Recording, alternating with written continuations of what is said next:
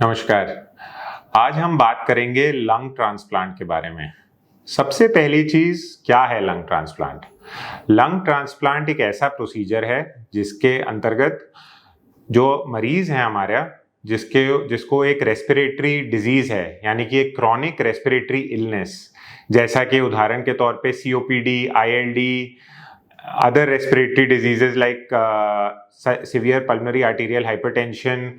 तो इन बीमारियों में जिसके अंदर आपके फेफड़ों की कैपेसिटी जो है काफ़ी कम रह गई है, इन मरीजों को अक्सर ऑक्सीजन की रिक्वायरमेंट होती है और इनकी लाइफ एक्सपेक्टेंसी रेस्पिरेटरी कंडीशन की वजह से 2 साल या 2 साल से कम होती है। वह कैंडिडेट रहते हैं लंग ट्रांसप्लांट के लिए।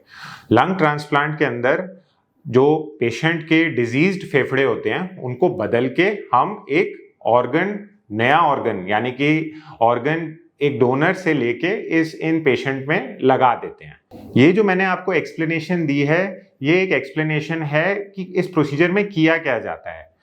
अब इस प्रोसीजर के बारे में कुछ चीज़ें जो मैं आपको बताना चाहूँगा वो ये हैं कि अगर कोई पेशेंट है जिसको बहुत गंभीर रेस्पिरेटरी बीमारी है, वो क्या कर सकते हैं? ऑब्वियसली मेडिकल ट्रीटमेंट, जो इलाज चल रहा है वो चलता रहेगा। इसके अलावा आप अपने पल्मोनोलॉजिस्ट या अपने फिजिशियन से बात करें कि आपका लंग ट्रांसप्लांट का कैंडिडेचर है या नहीं है। वह पेशेंट हमारे पास लंग ट्रांसप्लांट के लिए इवैल्यूएट किए जाते हैं कि क्या वो लंग ट्रांसप्लांट से बेनिफिट कर सकते हैं या नहीं। इन मरीजों को जिनको हम लंग ट्रांसप्लांट के लिए इवैल्यूएट कर रहे हैं, इसके बाद वो कुछ टेस्ट होते हैं और फिर हम बता सकते हैं कि इनको लंग ट्रांसप्लांट से फ़ायदा होगा या नहीं होगा। जो पेशेंट ये इवैल्यूएशन कंप्लीट कर लेते हैं उसके बाद हम इन पेशेंट्स को रजिस्टर करते हैं नोटो सरकारी वेबसाइट पे, जहां ऑर्गन डोनर्स और रेसिपिएंट्स को रजिस्टर किया जाता है और फिर वो एक waiting list for lung transplant पे आ जाते हैं। अब थोड़ी सी बात इसके प्रोसेस के बारे में करेंगे। जैसा कि मैंने ऑलरेडी लंग ट्रांसप्लांट के बारे में बात करी है, इसका थोड़ा सा मैं आपको ये बता देता हूँ कि कैसे इसका प्रोसेस होगा। पेशेंट यूजुअली जो रेसिपिएंट यानी कि मरीज हैं जिनको लंग ट्रांसप्लांट की ज़रूरत है वो हमारे पास ओपीडी में आते हैं। ये फैसिलिटी जो लंग ट्रांसप्लांट की है वो दिल्ली एनसीआर में सिर्फ 2 या 3 हॉस्पिटल्स में अवेलेबल है। उनमें से एक पीएसआरआई हॉस्पिटल है जहां पे हमारी टीम अवेलेबल है। तो आपके पेशेंट हमारे पास आते हैं, उन्हें इवैल्यूएट किया जाता है, नॉट जस्ट इन ओपीडी, कुछ इन्वेस्टिगेशंस होती हैं जो की जाती हैं।